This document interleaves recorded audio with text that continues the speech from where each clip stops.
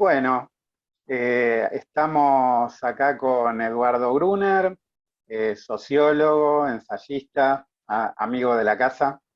Bueno, y hoy lo vamos a entrevistar a propósito de su reciente libro Lo sólido en el aire, el eterno retorno de la crítica marxista, es el título, publicado este año por Claxo, que bueno, tiene toda una serie de trabajos de Eduardo alrededor de muchos problemas y debates fundamentales del marxismo, de los cuales acá en la entrevista vamos a abordar, obviamente, solo algunos y, bueno, y recomendar la lectura del libro mismo, ¿no?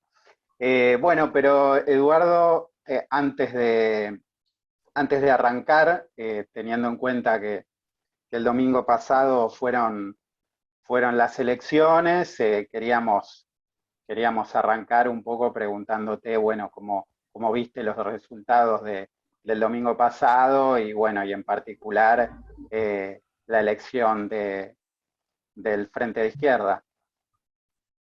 Bueno, sí, fue una elección bastante rara, digamos, ¿no? Como se ha comentado mucho en estos días, es una elección donde todo el mundo festeja, los que numéricamente supuestamente ganaron y también los que perdieron porque perdieron menos de lo que pensaban, y los otros ganaron, festejan a pesar de que ganaron menos de lo que pensaban. Ahora, hay que destacar, no puedo dejar de hacerlo frente a ustedes, la elección del Frente de Izquierda en varios planos, ¿no? Como decíamos recién, no solo por los 4 diputados nacionales, que es un logro, bueno, aunque el número puede parecer poco frente a los grandes partidos burgueses, es una duplicación de la representación del Frente de Izquierda en el Parlamento, en el Congreso, y eso evidentemente es señal de algo que está pasando en la sociedad, ¿no? Pero no se trata solo de los 4 diputados nacionales, sino de la cantidad de concejales o legisladores. Entiendo que solo no solamente en el interior, sino que en la capital han entrado 2, ¿verdad? Y una cantidad importante también en varias localidades del interior. Bueno, dentro de ese crecimiento, por supuesto, espectacular, lo de Alejandro Vilca en Jujuy. No hace falta subrayar demasiado lo que eso significa. Y esto tiene varias aristas para pensar. En primer lugar, me parece que la buena elección del Frente de Izquierda y en el otro extremo de alguien como Milei es una linda desmentida para esto que hemos venido escuchando tanto en los últimos años, de que no vale la pena ya seguir pensando en términos de izquierda y derecha, que la política pasa por otro lado, etcétera, etcétera, ¿no? Yo tengo una amiga que dice siempre, todos los que dicen que no existen más la izquierda y la derecha, casualmente son de derecha, ¿no? Por casualidad se da eso. Bueno, ¿por qué menciono esto? Porque en verdad la verdadera polarización de la que tanto se habla en estas elecciones, o que se ha expresado en estas elecciones, es entre la extrema derecha neofascista llamada libertaria y la izquierda anticapitalista. Claro, en su pequeña dimensión se podrá pensar, pero evidentemente está expresando que algo por debajo de la superficie se está moviendo en términos de la conflictividad social, que se expresa, si quieren, superestructuralmente, en este caso en las elecciones parlamentarias, y de la cual seguramente vamos a escuchar hablar mucho en los próximos meses, porque la situación económica, la crisis, tanto económica como política, va a continuar y se va a profundizar, quizá un poco atemperada por el hecho de que finalmente la diferencia entre los dos grandes partidos burgueses no fue tanta, pero de todas maneras esa conflictividad está ahí latente y va a aflorar. De manera que el triunfo del Frente de Izquierda, triunfo parlamentario, digo, crecimiento parlamentario del Frente de Izquierda, siendo como es muy importante en sí mismo, debe ser pensado, me parece también, como un punto de apoyo, un punto de expresión en esa superestructura política del desarrollo de la conflictividad social, de la lucha de clases, para decirlo rápidamente, y a la cual a cuyo desarrollo habrá que estar muy atento para que efectivamente la representación parlamentaria sea la correa de transmisión, sea la voz de eso que está ocurriendo por debajo en el Congreso. Así que sí, me parece en ese contexto muy significativo los resultados de la elección.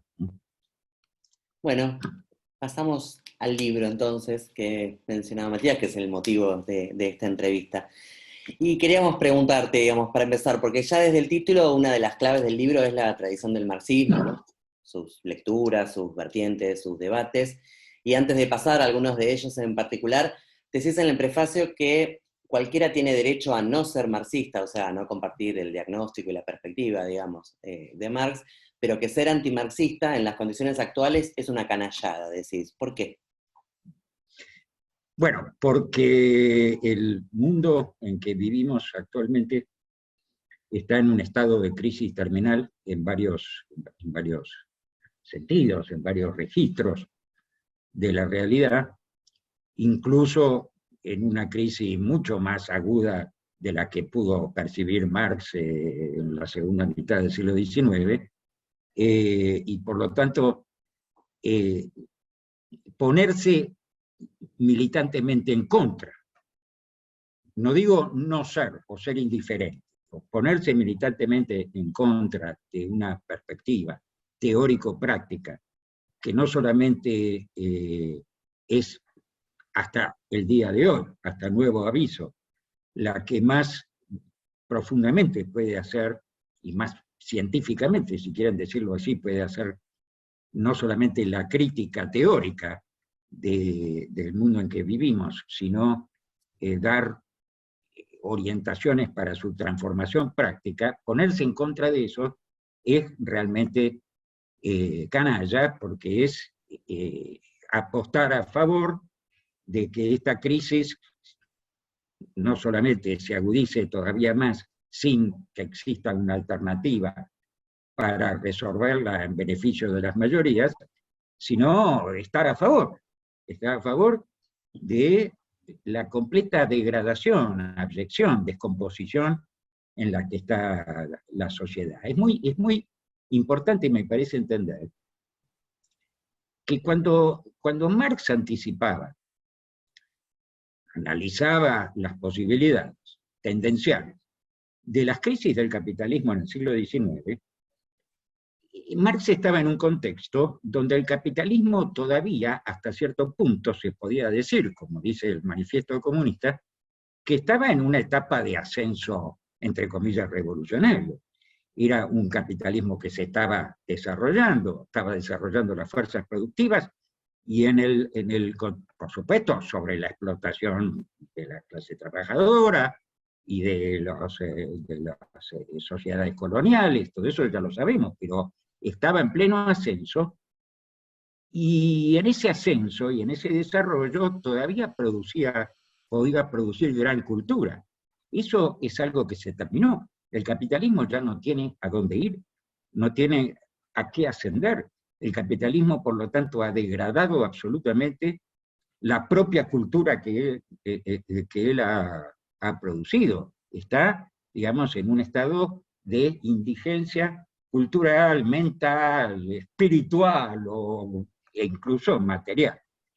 Entonces, ponerse en contra de hacer todo lo posible por salir de esa lógica y pasar a una reconstrucción de la sociedad con otra lógica, ponerse en contra de eso es solo una posición de canallas, de alguien que realmente quisiera ver que las 3/4 partes de la humanidad desaparecieran. En ese sentido digo que ser antimarxista hoy es una absoluta canallada.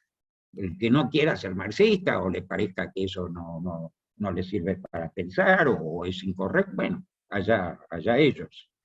Me parece que están equivocados, pero allá ellos. Pero ponerse deliberada, consciente y militantemente en contra es algo de la derecha más canallera. Uh-huh. Bueno, y de entre los autores marxistas que vos mencionás, uno que se destaca mucho es Theodor Adorno, especialmente por las elaboraciones sobre el desarrollo de la racionalidad instrumental, como lo llama él, que bajo el capitalismo se presentaba como esa luz de la razón que vendría a despejar la bruma del oscurantismo religioso, mitológico, etc. Pero que, decía Adorno, se convierte también ella misma en un mito, en una ideología que presenta a la modernidad capitalista como armónica, como reconciliada, cuando en realidad siempre estuvo y está atravesada por el conflicto, ¿no? Que es la lucha de clases. Pero también mencionás que Adorno a veces tiende a darle a esa racionalidad instrumental una dimensión ontológica, a identificarla con la dominación social de la naturaleza, por ejemplo, y mencionás las relaciones que hay entre esa idea y la jaula de hierro de Weber, o la idea de la técnica que tiene Heidegger. ¿No hay ahí a veces en Adorno, en esa ontologización, una tendencia a deshistorizar esa racionalidad instrumental, a convertirla en algo que ya no es el producto de las relaciones sociales capitalistas, sino como una especie de problema antropológico, digamos? Bueno, hay un montón de cosas Sí. en tu pregunta, vamos a tratar de ir por partes.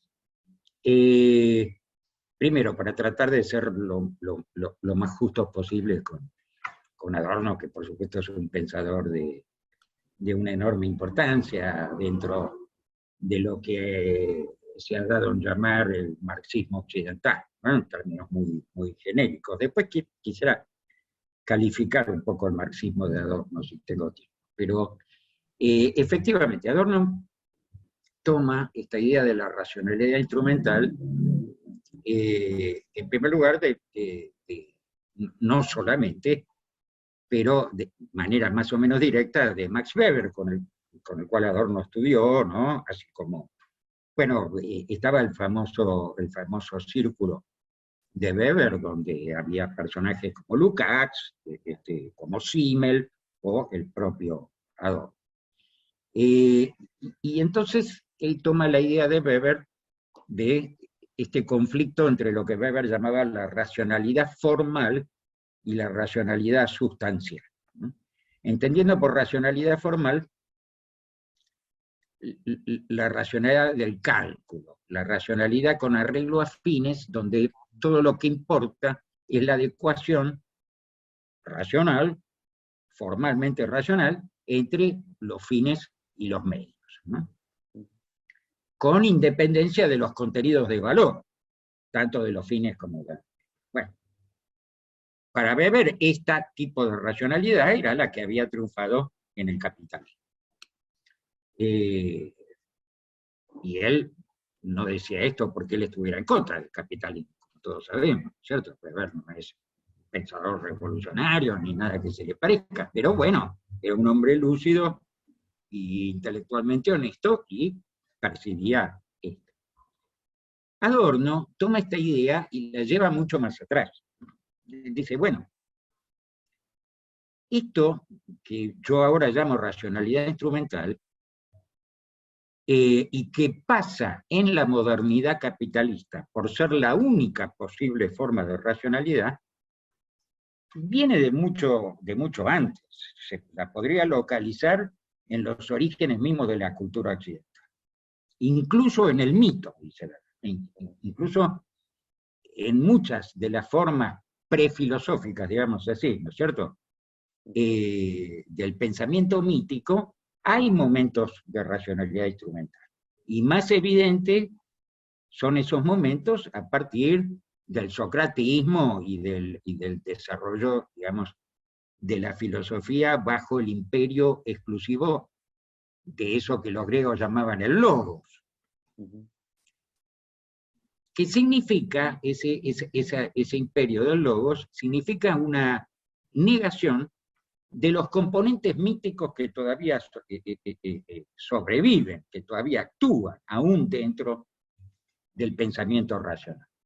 Entonces, Adorno dice, la negación de ese conflicto interno a la propia razón ha transformado a lo que llama la racionalidad instrumental en un mito en sí. Entonces, con la paradoja de que esa forma de racionalidad, bajo la etiqueta de la ilustración, que supuestamente iba a emancipar el pensamiento humano, ha terminado por dejarlo aprisionado, digamos así, en esa jaula de hierro de la racionalidad puramente instrumental. Ahora, digo, para tratar de ser justo con Adorno, él no está diciendo que desde siempre la racionalidad instrumental ha sido la dominante. No, él dice, esa forma de racionalidad solo se podía transformar en dominante en un sistema como el capitalista.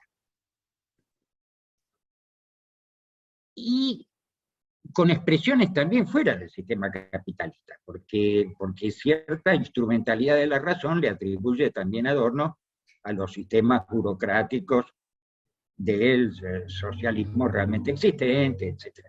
Pero bueno, él está en la sociedad capitalista, le importa sobre todo eso. Es decir, que sí tiene Adorno una, contempla, digamos, la historicidad del fenómeno en el sentido de que solamente con el desarrollo de la ciencia y la técnica, la racionalidad del cálculo, la matematización, etcétera, etcétera, requerida por el desarrollo de las fuerzas productivas en el capitalismo, esa racionalidad podía volverse dominante.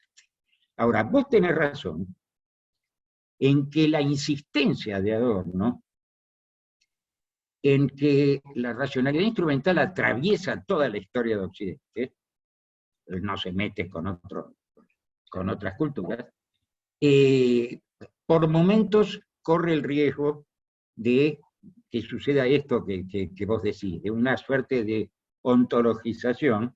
El tema del dominio de la naturaleza por parte de la racionalidad instrumental, dicho sea entre paréntesis, es en muchos sentidos lo más actual del pensamiento de Adorno, cuando vemos, digamos, los desastres que el capitalismo ha causado, ¿no es cierto?, en la ecología. Pero es cierto que hay ese riesgo de ontologización que decís vos, de transformar la racionalidad instrumental en una especie de condición del ser mismo de lo social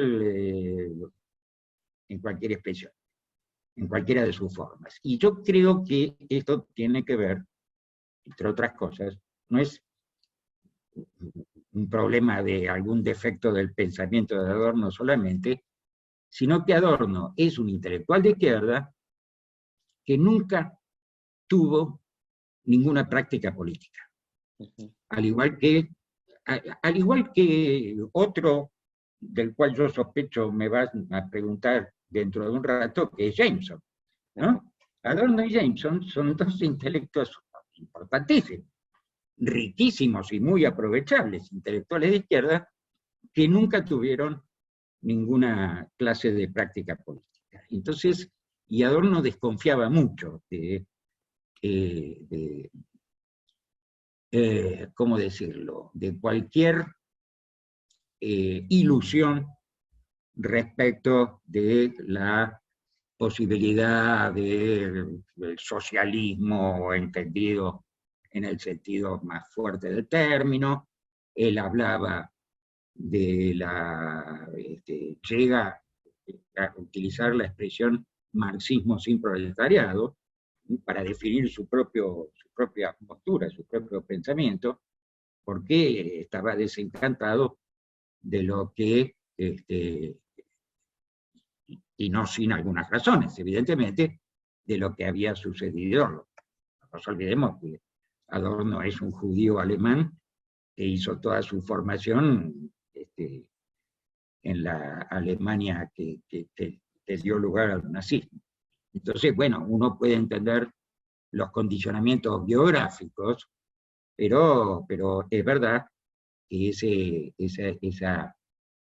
alejamiento un poco mandarinesco, como se lo acusó en su momento, de la política práctica, digamos así, puedo llevarlo a esta... Igual, tengo que decir que es muy distinta, por supuesto, están las antípodas ideológicas, su posición respecto de lo de la metafísica de la técnica de Heidegger, ¿no? Hay una conexión que es posible establecer, yo modestamente he intentado hacerlo en otro librito que salió el año pasado, pero por las razones casi contrarias, te diría, porque aún con todas estas reservas que estoy mencionando, en Adorno la lucha de clases está presente, aunque sea en forma teórica, la conflictividad social está presente, la historia mal que mal está presente, mientras que en Heidegger es directamente ontología pura todo esto, ¿no? Y una forma de negación, porque fíjate vos la paradoja, Heidegger sí que no era ajeno a cierta política práctica, porque como todos sabemos se afilió al partido nazi, tuvo sus problemas con el régimen, porque bueno, estaba en una posición. Heidegger era simpatizante de las SA de Rom, ¿no? Que fueron liquidadas por el régimen en la famosa noche de los cuchillos largos, porque era algo así como, con todas las comillas que corresponden, el ala izquierda del nazismo, que ponía el acento en el término socialismo, del nacionalsocialismo, y bueno, fueron liquidados. Pero de todas maneras, bueno, estamos hablando de alguien afiliado al partido y que nunca se desafilió, ni mostró ninguna autocrítica, ni abjuración de sus posiciones políticas. Entonces, de hecho, Adorno, en su famoso texto, La jerga de la autenticidad, es durísimo con la filosofía heideggeriana. Sí, quizás... Bueno, perdón, me fui un poco por las ramas por ahí, pero... No, me quedé pensando, primero esto que decís, que hay cosas de Adorno en la construcción, en la insistencia de la construcción que hace, que se presenta para estas críticas, aunque muchos de los elementos que plantea efectivamente tienen mucha actualidad. Bueno, lo que vos mencionabas... todo lo de la industria cultural. Claro, la industria cultural y el problema ecológico, que incluso algunas cosas parece que cobran más fuerza ahora que cuando él las planteó, digamos, en el 40. Sí. Pero bueno, después cuando uno lo compara, por ejemplo, bueno, vos hablabas de su formación, pero por ejemplo con alguien muy similar en su formación y en relación como Benjamin, parece tener otra lectura, ¿no? Del mito y de la técnica y de este tipo de cosas, aunque compartían una agenda común, pero en eso como que se separaban. No, yo te diría, paradójicamente, que en un cierto sentido, pobre Adorno se debe estar revolviendo en su tumba de que yo diga esto, pero en un cierto sentido Benjamin es más dialéctico. Así, tiene una mayor disposición a hacer un recorrido más complejo entre cosas como el mito, el mesianismo y todo eso, el mesianismo revolucionario me refiero, y bueno, la teoría, la ciencia, ¿no?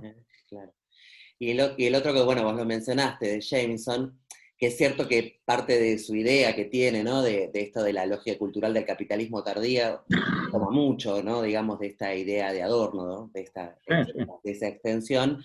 Pero vos señalás en el libro algo que da la idea de que es un poco, que insiste más en que ese quiebre de la modernidad pasa por el lado de la lucha de clases, que es esta idea del inconsciente político, ¿no? Esta relación, analogía que hace con el inconsciente freudiano, de eso que está siempre actuando por debajo, aunque no lo veamos no lo queramos ver, pero que en la historia que aparentemente armónica presenta el capitalismo siempre está, y bueno, que es efectivamente la lucha de clases. Ahí, digo, con Jameson hay otras por ahí discusiones de cómo lee después la globalización o esa época en particular, pero por lo menos en esa definición que vos rescatás es como que parece estar más presente el capitalismo como tal en ese momento y la lucha que permanentemente lo corroe, Sí. digamos, en esas bases, aunque tiene sus propias críticas, ¿no? Después que se le pueden hacer a Jameson. Vos mencionás algunas, ¿no? En el libro, sobre todo si en esa lectura que hace de la imposición imperialística, de esa lógica cultural del capitalismo tardío, está un poco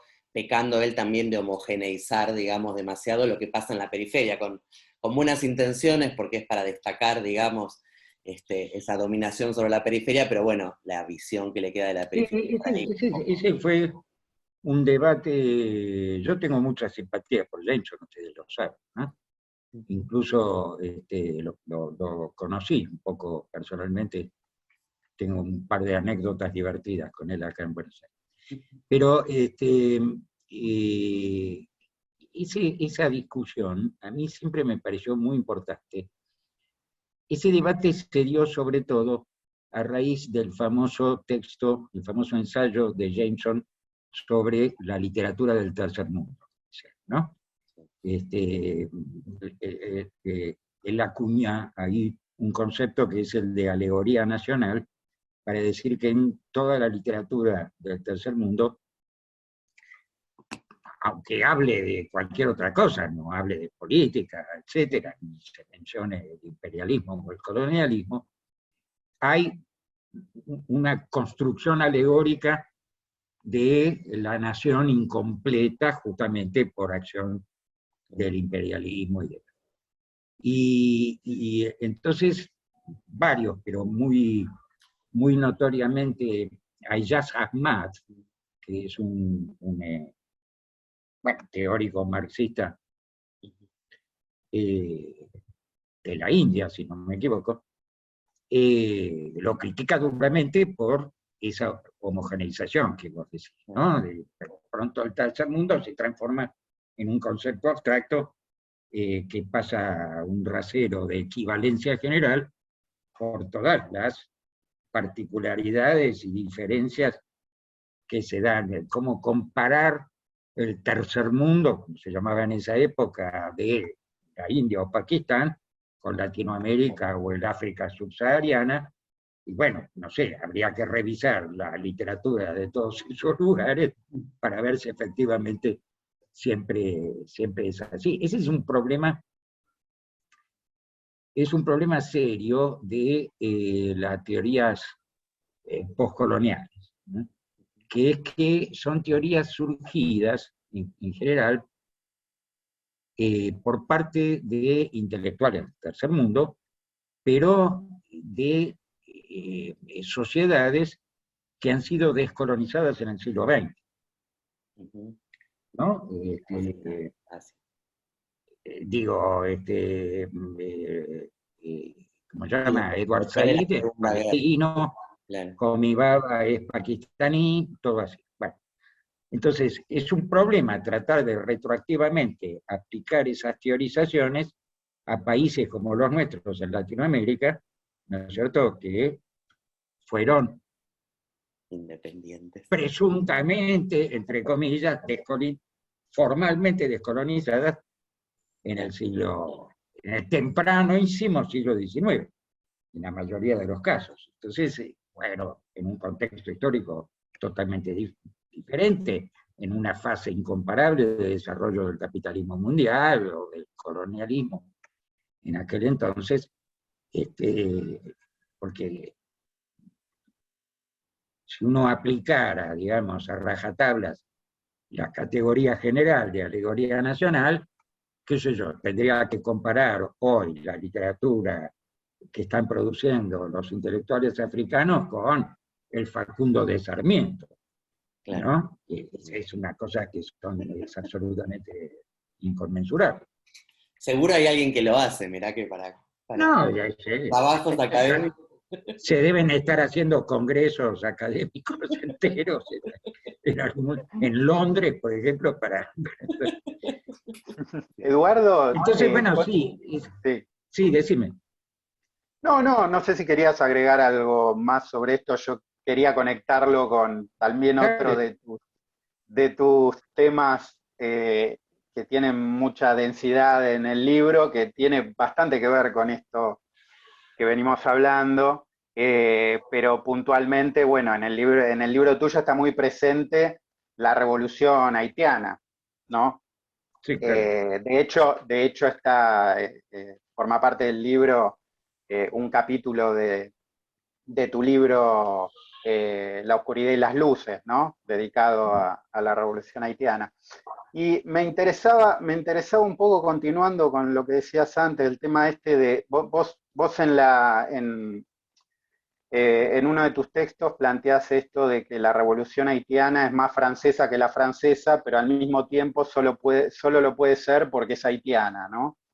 Y me interesaba que vos nos comentes un poco en qué sentido lo decís y ligándolo un poco a lo que charlábamos antes de la modernidad, el problema este de qué relación ves vos entre esta cuestión y el tema de la modernidad, no como un proyecto inconcluso, digamos, como diría Habermas, sino más bien como un proyecto que no puede encontrar su conclusión dentro del capitalismo, ¿no?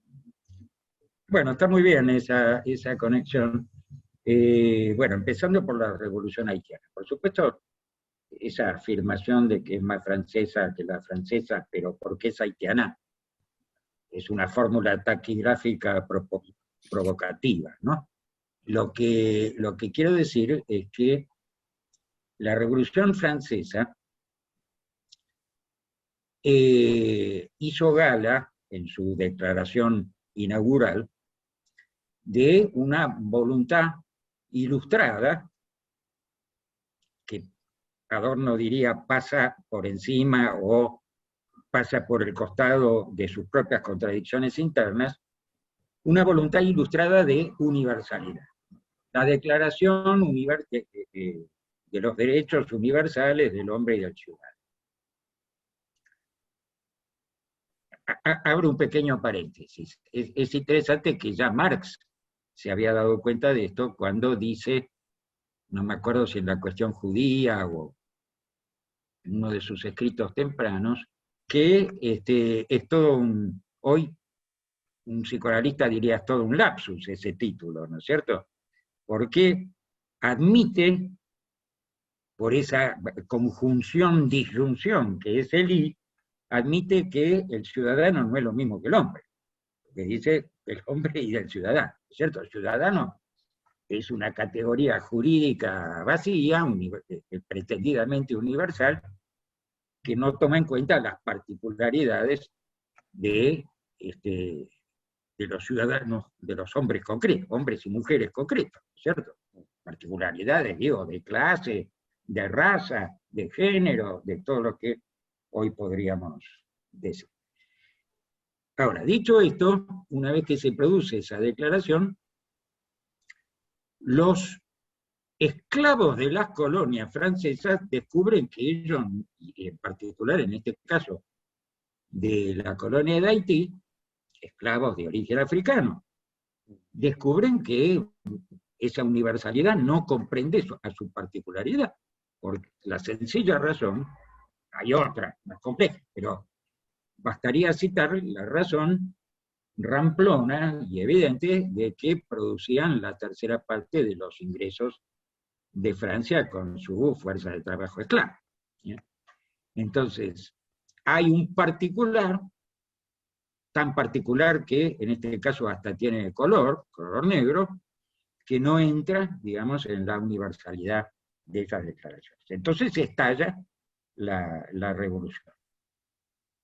Una revolución que al principio ni siquiera se propone la independencia, ni siquiera en los primeros meses, digamos así, la abolición de la esclavitud, sino que es una revuelta que hoy llamaríamos gremial, digamos así, donde lo que se demanda son menos explotación, menos castigos, más horas libres, mejores condiciones aún dentro de la esclavitud, etc. Pero, por supuesto, como suele suceder, en el desarrollo mismo del movimiento, se van dando cuenta que solo rompiendo absolutamente con la condición de la esclavitud y con la dependencia colonial, se van a poder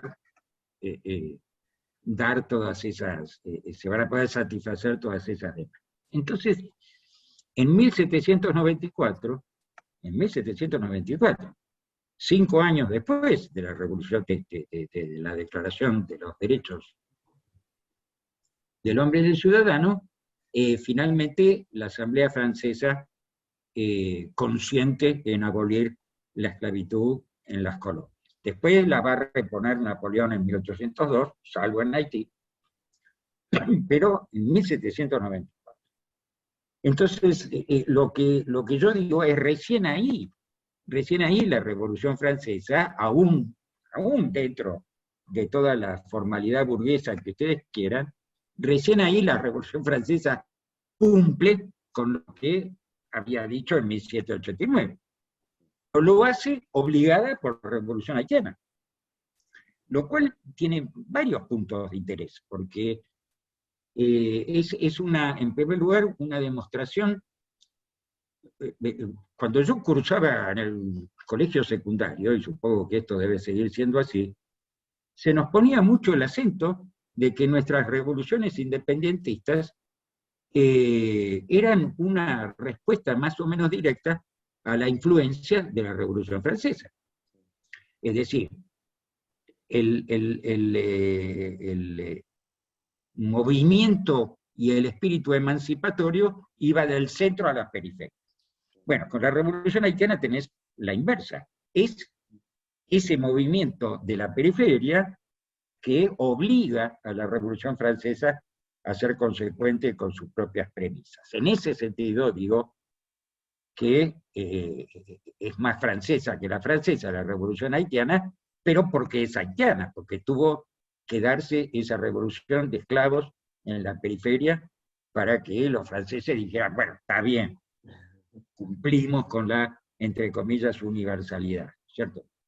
Claro, y además, Pero había una además segunda...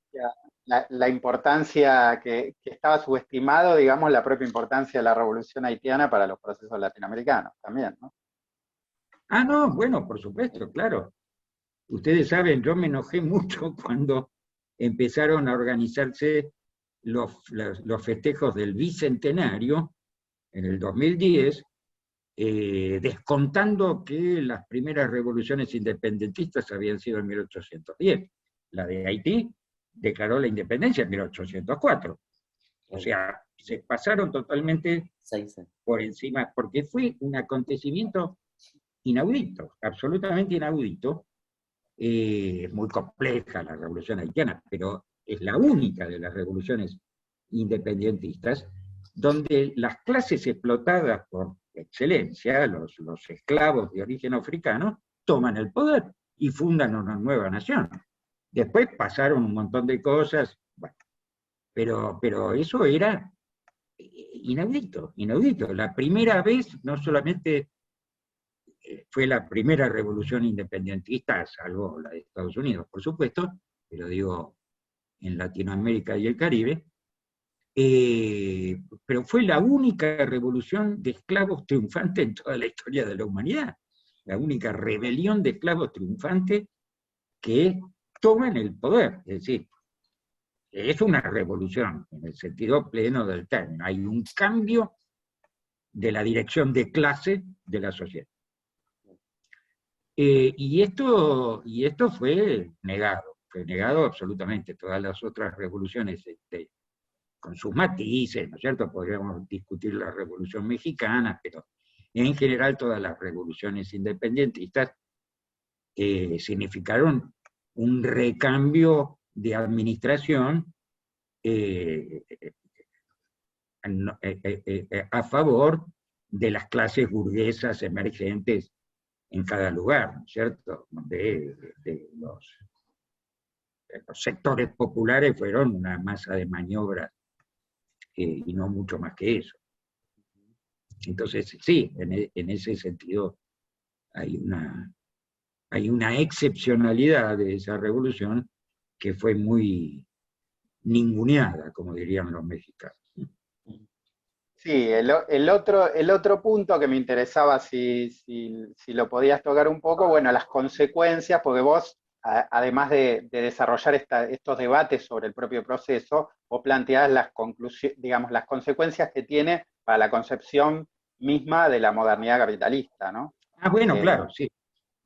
Bueno, sí, la consecuencia evidente es que la configuración, la construcción y consolidación de la modernidad capitalista tampoco es un fenómeno que va exclusivamente del centro a la periferia.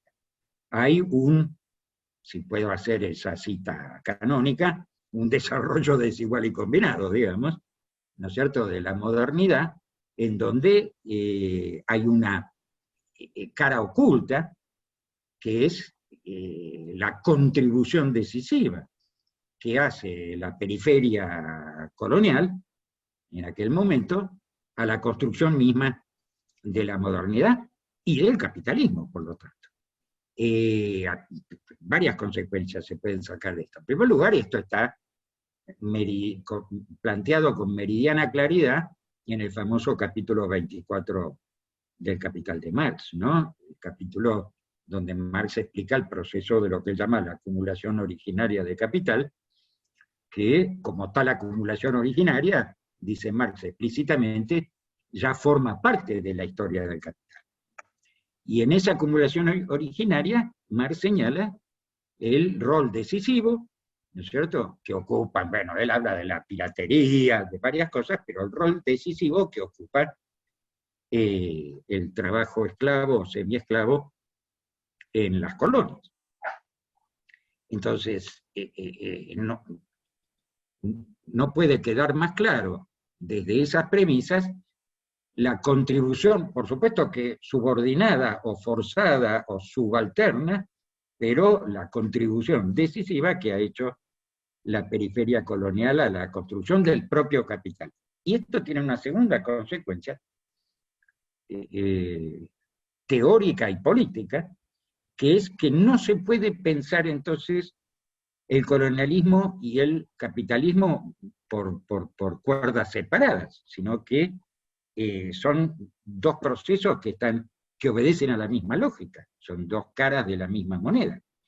Esto es una discusión muy importante en la actualidad con las teorías postcoloniales, decoloniales, etcétera, ¿no? Que a veces, no quiero ser injusto, y todos podemos citar las excepciones del caso, pero a veces tienden a olvidar un poco este carácter conjunto, ¿no es cierto? Esta coproducción, por decirlo en términos cinematográficos, entre capitalismo y colonialismo. Eso cuando me preguntan si yo soy postcolonial o descolonial, a veces yo digo, mira, qué sé yo soy anticolonial y por lo tanto anticapitalista. Después, pónganme las etiquetas que quieran.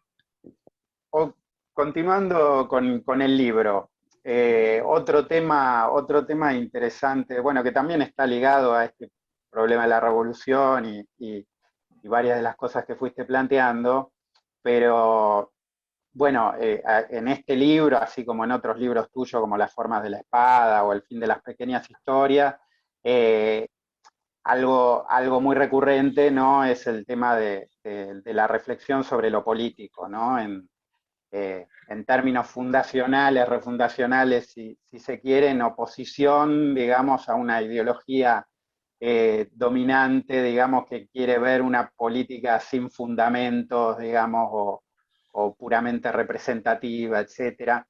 Y me interesaba preguntarte, digamos, bueno, incluso vos ahí haces en el libro, haces la crítica, que decís que bueno, hay un cierto quiebre, digamos, de la voluntad en gran parte de los pensadores críticos de repensar lo político, ¿no? Y entonces me interesaba preguntarte qué es pensar lo político para vos, digamos, en este momento, ¿no? Donde, como decías antes, digamos, el capital encuentra cada vez más límites absolutos en términos de precarización, miseria, destrucción ecológica, tendencias militaristas, racismo, etcétera. ¿Cómo lo pensás vos esto? Bueno, en alguna medida ya respondiste con esto de la... No sé si me conforma mucho el término, pero no encontré otro mejor, de la fundación o refundación de lo que se suele llamar los lazos sociales en general, las relaciones sociales, incluyendo, por supuesto, las relaciones de producción, todo lo que se quiera decir, pero que va más allá, eso es la base necesaria, pero no suficiente, va mucho más allá de eso. Lo político en este sentido se distingue de las políticas, ¿no? De las políticas que suponen ya conformada, digamos, un tipo de sociedad de una vez para siempre y donde las tensiones, las contradicciones o las diferencias pasan por las lógicas de gestión, de administración, incluida la administración de los cuerpos, digamos así, en esa sociedad, ¿no? Y se ha olvidado un poco lo que a través de la historia los grandes pensadores políticos no olvidaron. Por supuesto, las prácticas políticas, pero ateniéndonos a los grandes pensadores, quiero decir. Platón y Aristóteles estaban pensando cómo se reorganizaba la sociedad griega a partir de la emergencia de esa novedad inaudita que se llamaba la democracia, ¿no? Que los propios griegos generaron como hipótesis y durante un tiempo como práctica, con todas las limitaciones que conocemos. Pero era un pensamiento sobre esto, la refundación del orden social bajo otras premisas, bajo otras condiciones. Y cada vez que ha habido un cambio radical en la historia de Occidente, en este caso, han aparecido estas teorías en los inicios de la modernidad, en plena primera etapa de ascenso del capitalismo. Tenés un Maquiavelo o un Hobbes que de muy diversas maneras piensan cómo reorganizar el mundo, ¿no es cierto?, a partir de esas novedades.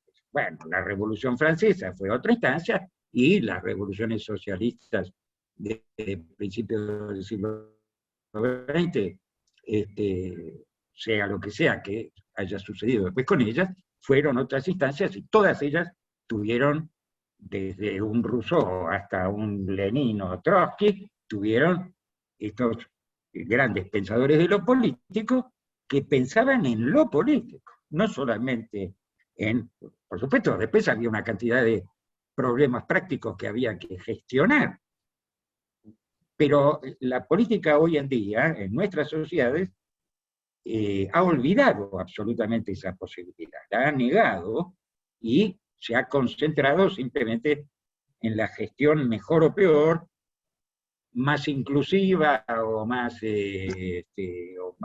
excluyente, un poco más progresista, un poco más a la derecha, pero exclusivamente en la gestión de lo existente. En el estado de la crisis del capital, porque yo no sé si muchas veces la gente se da cuenta de la situación en la que estamos. El capital está en una situación de crisis absolutamente terminal. El problema es que no ha surgido todavía en el seno de las masas una alternativa lo suficiente, no digo que no exista, digo que no exista y que existe trabajo y toda clase de conflictos que se están despertando en los últimos años por todos lados, los vamos a ver como anticipábamos hace un rato entre nosotros también. Pero de conjunto todavía no hay esa alternativa de masas que permita ensayar una nueva refundación de lo político en otros términos que los actualmente existentes. Y es en ese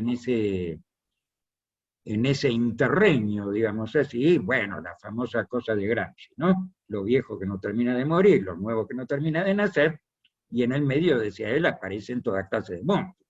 Entonces,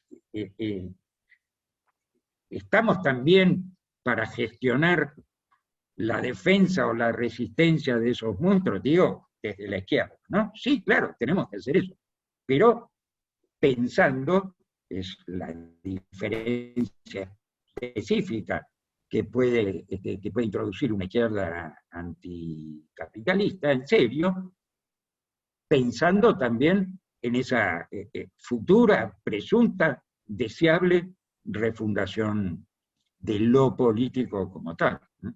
Y no simplemente de las políticas al uso, por más de izquierda o de derecha o de centro que sea. Sí, que muchas veces se quiere dejar de lado ese tipo de reflexión en vistas de un supuesto realismo político, ¿no? Bueno, claro, claro. Pero ¿qué realismo puede haber en la idea de que esto siga como está? Es decir, de que vayamos a un desastre apocalíptico, porque no vamos a volver otra vez sobre la cuestión de la naturaleza, del estado de catástrofe ecológica en que nos encontramos, del 50% de la humanidad por debajo, no solamente en la Argentina, por debajo de la línea de pobreza, y de la degradación de la cultura, y de todo lo que significa esa crisis de un capitalismo que, como decíamos hace un rato, ya no tiene a dónde ir, no tiene a dónde ascender, no es un capitalismo en ascenso como el del siglo XIX, no es una nueva, buena, mala o más o menos sociedad que está tratando de conformarse. Es aquello que Marx, yo hago esa metáfora también, aquello que Marx percibía como síntomas de la crisis, hoy en día ya no son ningún síntoma, son una enfermedad terminal, un cáncer incurable. Bueno, en todo el libro vos abordás desde múltiples ángulos la cuestión de los intelectuales, el marxismo y la izquierda. De hecho, haces un recorrido donde, entre otras cosas, te referís en América Latina a la relación conflictiva con los PC-stalinistas, después en los 70 con las estrategias foquistas o guerrilleras, bueno, en los 80 la confianza en la democracia y la sustitución de la lucha de clases por la lucha de los derechos humanos, después la reacción conservadora neoliberal de los 90 y bueno, la relativa recuperación a partir de los 2000. Hoy, en el marco de esta América Latina atravesada por múltiples fenómenos políticos y el ciclo de revueltas que vimos en los últimos años, aparte de estos elementos que estabas mencionando del estado actual del capitalismo, ¿qué elementos te parece que se pueden pensar en cuanto a la relación entre intelectuales e izquierda, o en qué momento estamos, ¿no? en este recorrido? Bueno, esa es es toda una complicación. Hay una larga historia, de la cual vos acabas de poner muy bien los títulos, en esa relación. La dificultad, por supuesto, empieza desde cero por lo problemático que resulta siempre definir qué es exactamente un intelectual, ¿no? Ya que cité a Gramsci hace un rato, lo puedo volver a citar ahora, cuando Gramsci decía, bueno, intelectuales somos todos en principio, solo que la sociedad solamente le permite a algunos tomar conciencia de eso y desarrollarse como tales, ¿no es cierto? El 90% se supone que está para otra cosa. Es decir, lo que está haciendo Gramsci con esto es hacer la crítica en acto de la ideología de la división entre trabajo intelectual y trabajo manual, característicamente burguesa, ¿verdad? Característicamente burguesa, pero que también en la izquierda a veces corremos el riesgo de caer, ¿no? Porque hay una... Les voy a... Si tengo tiempo, ¿no? Les voy a contar una anécdota divertida. Cuando yo era un joven militante, todavía en la Facultad de Derecho, después pasé a la Facultad de Filosofía y Letras, teníamos un compañero muy inteligente, muy intelectual, y muy lumpen, como se decía en esa época, ¿no? Supongo que la palabra sigue existiendo. Es decir, un tipo macanudo, pero que se la pasaba, digamos, en mera especulaciones arborescentes, no trabajaba, no se sabía bien de qué vivía, de la plata de la familia, etcétera, etcétera. Entonces la dirección del partido decide, como se usaba frecuentemente, para disciplinarlo, decide proletarizar. Y, bueno, después de dar algunas vueltas, le consiguen un trabajo en la fábrica Ford.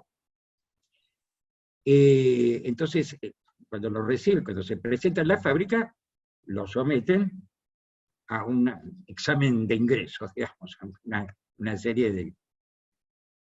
Este muchacho, como digo, era muy inteligente, pasa todas esas pruebas con sobresaliente, y la cuestión es que a los 15 días lo teníamos de nuevo en la facultad con una beca de la Fundación Ford para terminar sus estudios de Derecho.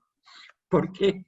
Porque, por supuesto, los burgueses de la Fundación Ford creían firmemente en esa división del trabajo, y su razonamiento fue, bueno, esta es una inversión a largo plazo, este nos va a resultar mucho más útil como abogado que en la línea de montaje ajustando tornillos, ¿no es cierto? Pero lo curioso es que en cierto modo la dirección del partido, me parece a mí, también pensaba en esos términos, porque creía que por el simple hecho de proletarizarlo, se le iban a ir todas las ínfulas intelectuales. Entonces, bueno, las cosas, como sabemos, son más complejas, y esa línea, esa frontera, se vuelve muy borrosa. Dicho esto, simplificando mucho las cosas, tenemos dos grandes modelos, diría yo, de intelectual de izquierda, ¿no? De uno de esos modelos hablamos hace un rato, serían los representados por Adorno o Jameson, intelectuales puros, marxistas, pero digamos, lo único que los mueve es la teoría, no tienen ninguna práctica política. Y después tenés el famoso modelo Sartre, ¿no? También uno podría mencionar a Pasolini, pero pensemos en Sartre porque fue durante décadas un modelo paradigmático para los intelectuales de izquierda, entre comillas, independientes. Sartre, ya, no mucha gente sabe esto, ya en 1940, a poco de producirse la invasión, la ocupación de Francia por los nazis, por los alemanes, funda junto con Camus, funda la primera agrupación clandestina de resistencia de los intelectuales, que se llamó Socialismo y Libertad. No autonomía y libertad, ¿no? Era Sartre, no Salvador. Después, en la inmediata posguerra, junto con Merleau-Ponty, además de la revista L'État moderne, funda otro movimiento político, el RCD, creo que era por sus siglas en francés. Bueno, y de ahí en más no paró nunca. Apoya fervientemente, no solo apoya la revolución cubana, sino que viaja a Cuba a entrevistarse con Fidel y con el Che.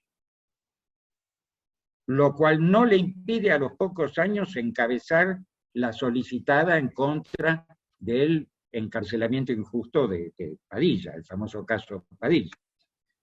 Preside, bueno, ni hablar de su apoyo activo, militante a la revolución argelina y al que se compromete con la red clandestina que encabezaba su secretario Francis Janson, que fue preso en favor de la revolución argelina, lo cual le costó 2 bombas en su departamento, de las cuales zafó porque, por supuesto, como siempre, estaba en el Café del Flor discutiendo con Raymond Aron, no sé qué.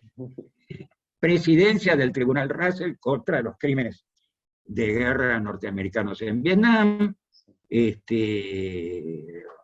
va preso por repartir en la calle el periódico de los maoístas, bueno, y así sucesivamente. Siendo que Sartre no era un no se obsesionaba por declararse marxista, pero sin embargo tenía una idea, ¿no? Y de la confluencia entre teoría y práctica, una idea de la praxis, por así decir, que en este sentido era mucho más material que las que podían tener Adorno o el propio Jameson, ¿no? Entonces, en la Argentina, este fue el modelo de intelectual, después con todos sus matices que tienen que ver con las circunstancias históricas, pero en general este fue el modelo de intelectual que prevaleció. Uno piensa en el grupo Contorno, ¿no?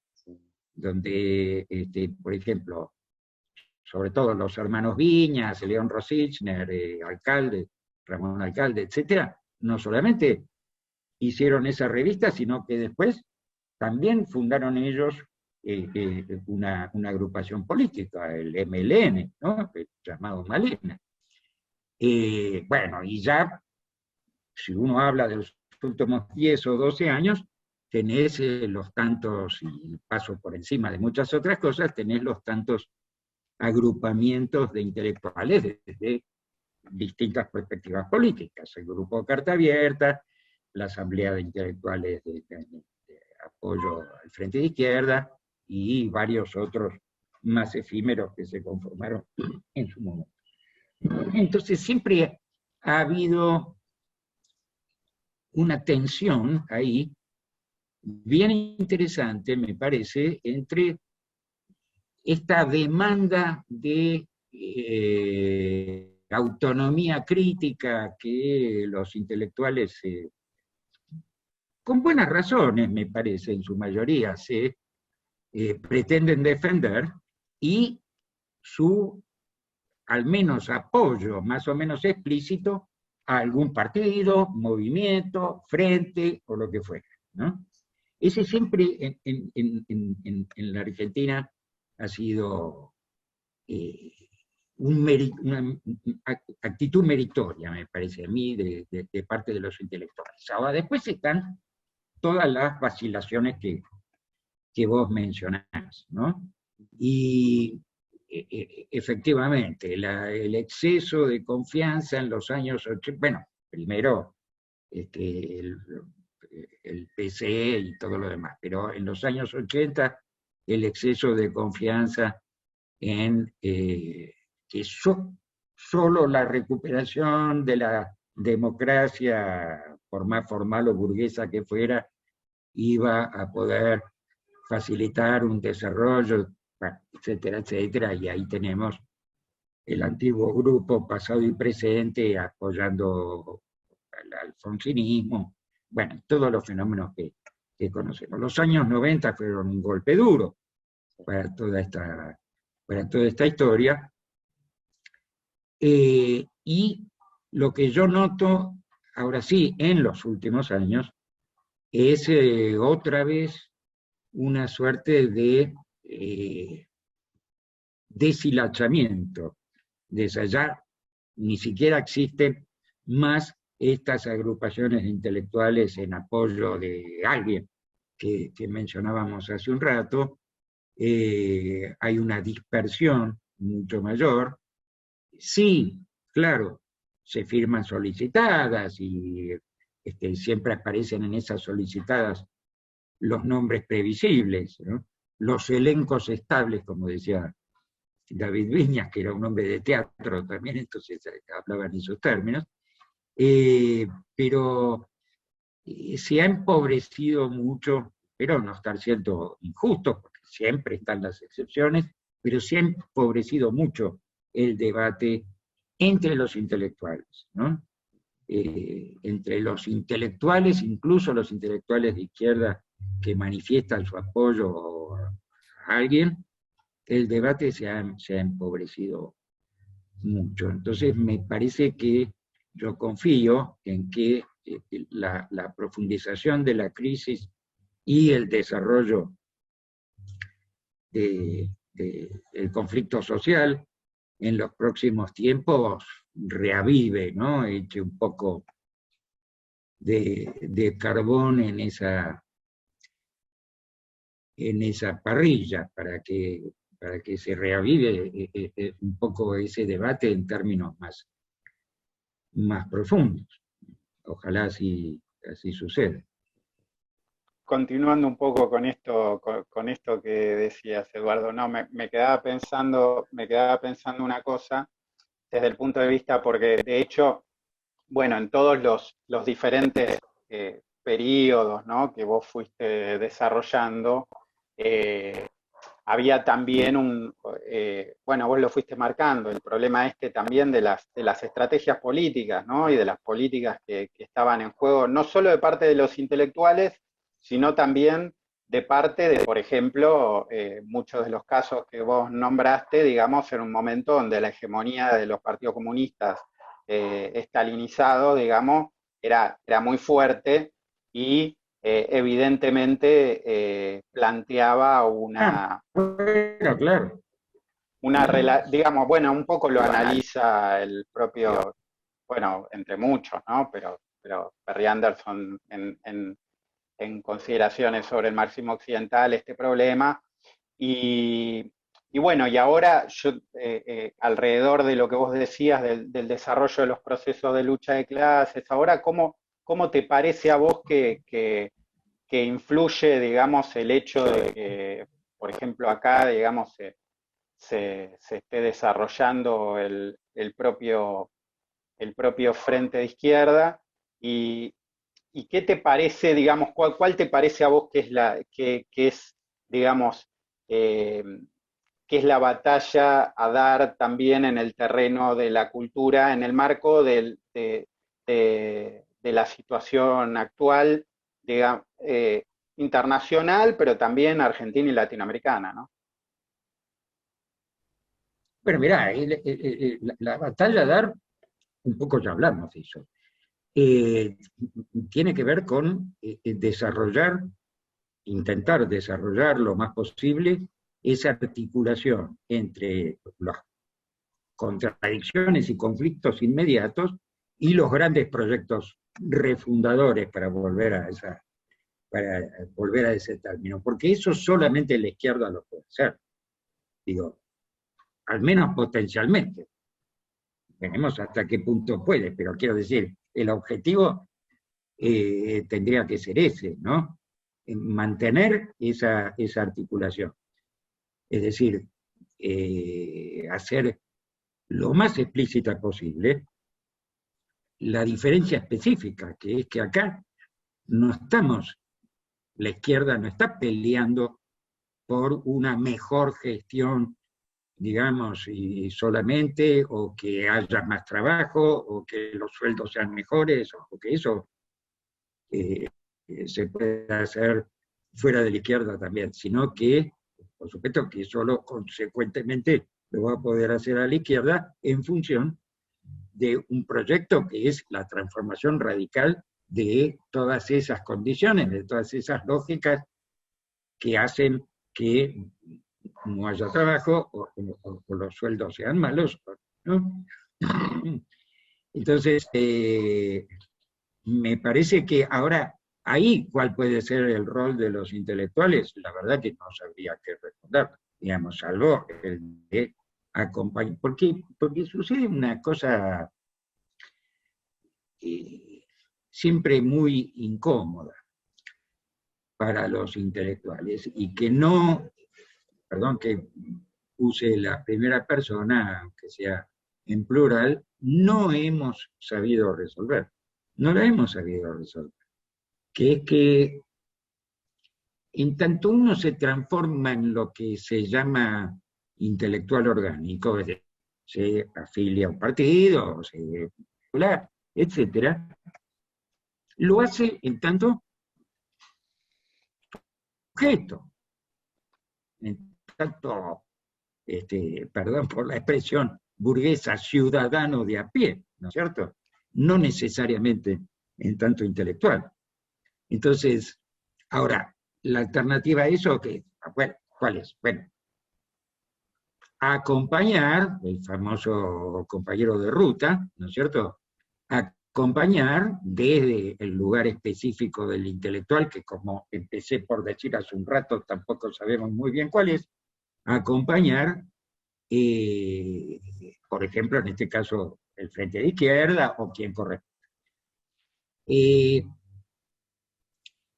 Estamos todo el tiempo en ese umbral indeciso, en esa tensión. Entonces, bueno, los intelectuales pueden ayudar, pueden contribuir, pero dependen del perdón que parezca un reduccionista, pero tenemos que hablar rápido, depende del desarrollo de la lucha de clase.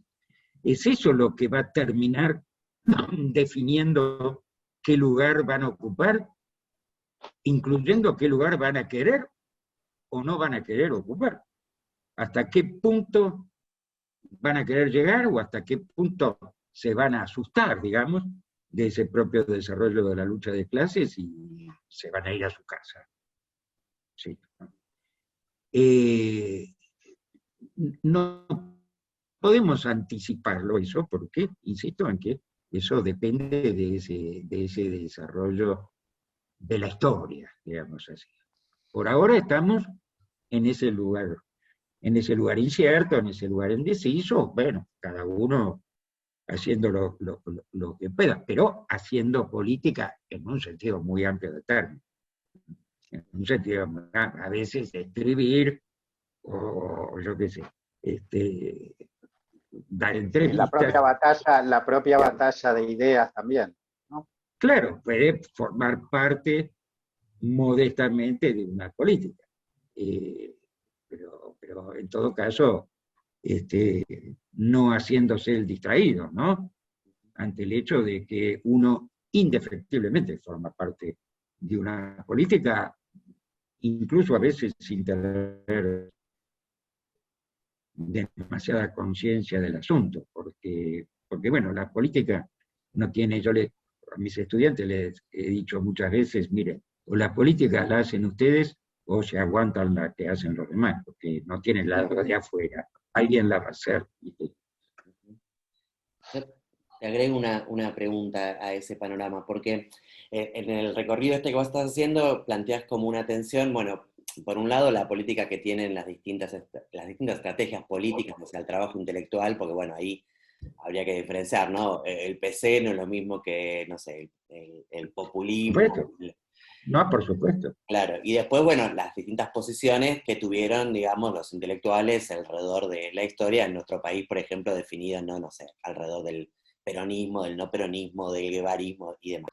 Pero no sé si no hay un tercer actor, a partir sobre todo de los 90, que es la academia como tal, por esto que vos decías, sí, que es todo muy deshilachado, y yo pensaba que, digo, más allá de esa tensión, eran intelectuales que se pronunciaban políticamente por esto, por lo otro, en apoyo de esto y lo demás, que hacían sus agrupamientos, sus revistas y demás, y no sé si después de los 90 y de un proceso de academización que hubo, hay menos de eso, como política de despolitización, no hubo mucho de eso en la academia, un poco herencia de esos 90 que todavía sigue pesando, ¿no? No solamente de los 90, también de los 80, diría, porque empezó con el retorno de la democracia, como se dice ese proceso que vos estás señalando, que está muy bien que lo señales y que es muy importante.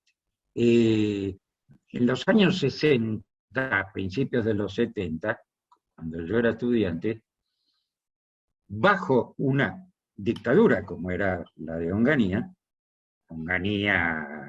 Lanuse, bajo una dictadura militar, los intelectuales de izquierda, incluso desde la universidad, los temas que tenían eran la lucha de clases, el papel de la clase obrera, la articulación entre obreros y campesinos, bueno, todas esas cosas en instituciones académicas de investigación como CICSO, se estudiaban esas cosas. Digo, porque estoy señalando un síntoma. En los años 80, incluso en la izquierda, el gran tema era las transiciones a la democracia. Todo lo demás empezó a crear. Bueno, y por supuesto los derechos humanos, lo cual estaba muy bien, no me voy a poner en contra de eso, pero empezó a vaciarse la base material de toda esta cuestión, ¿no? Y paralelamente, y no de manera casual, que todo me parece que forma parte de la misma lógica, se desarrolló en la academia toda la ideología, porque es toda una ideología, de la especialización, de la compartimentación, de las revistas indexadas, ¿no es cierto? Es decir, de una racionalidad del conocimiento, de la investigación y de la docencia, que rompió con la lógica anterior y se aisló muy fuertemente dentro de las cuatro paredes de la universidad, ¿no? Yo siempre cuento mi recuerdo de que en la época en que yo era estudiante, incluso después, cuando yo hacía mis primeras pininos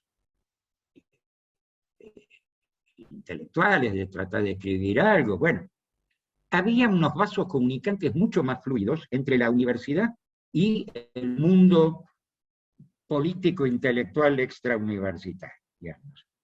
Por poner un emblema, en el bar La Paz de la calle Corrientes nos cruzábamos todo el tiempo, eso, y las discusiones que hacíamos en el bar La Paz las hacíamos también en la Facultad de Filosofía y Letras. Hoy en día todo eso está mucho más rígidamente compartimentado, ¿no? Porque claro, si vos vas a estudiar la transición a la democracia y los derechos, incluso las teorías descoloniales, todo eso se puede hacer adentro de la academia, al mismo tiempo obedeciendo todas las reglas de las revistas indexadas, de los incentivos, de los papers para los congresos y demás, ¿no? O sea, hay una despolitización en ese sentido a pesar de que en la universidad se hace mucha política, como todos sabemos, pero es otra cosa, parecería ser la política estrictamente universitaria y los temas de investigación. Y esa separación le ha hecho mucho daño incluso a las políticas universitarias. Bueno, muchísimas gracias, Eduardo. Gracias a ustedes. Muy interesante todo lo que planteaste, el debate. Bueno, quedan muchas como puntas siempre, abiertas y todo, y bueno, y además muchos temas tratados en el libro que bueno, que recomendamos a los que vean el video que lo lean, que es muy interesante, está para bajarse online, así que... Sí, se puede entrar, entran a la página de Claxo y está el